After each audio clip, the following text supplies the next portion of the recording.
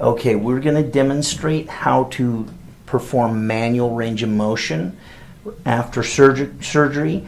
This foot is 26 days since surgery, looking very good.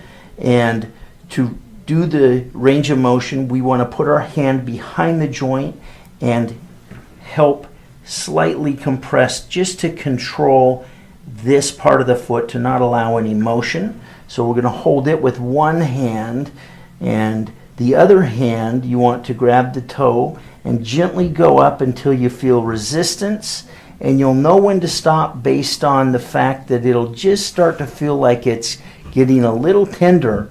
We don't want it to hurt, and hold that in this position for about 10-15 seconds. Relax and then go down, and you'll notice that going down you won't be able to go as far, but you want to do the same thing. Go until you get enough tenderness and some resistance to tell you you've gone far enough. If it hurts, don't go that far, and then relax and go back up and repeat that 5 minutes at a time, 5 times a day.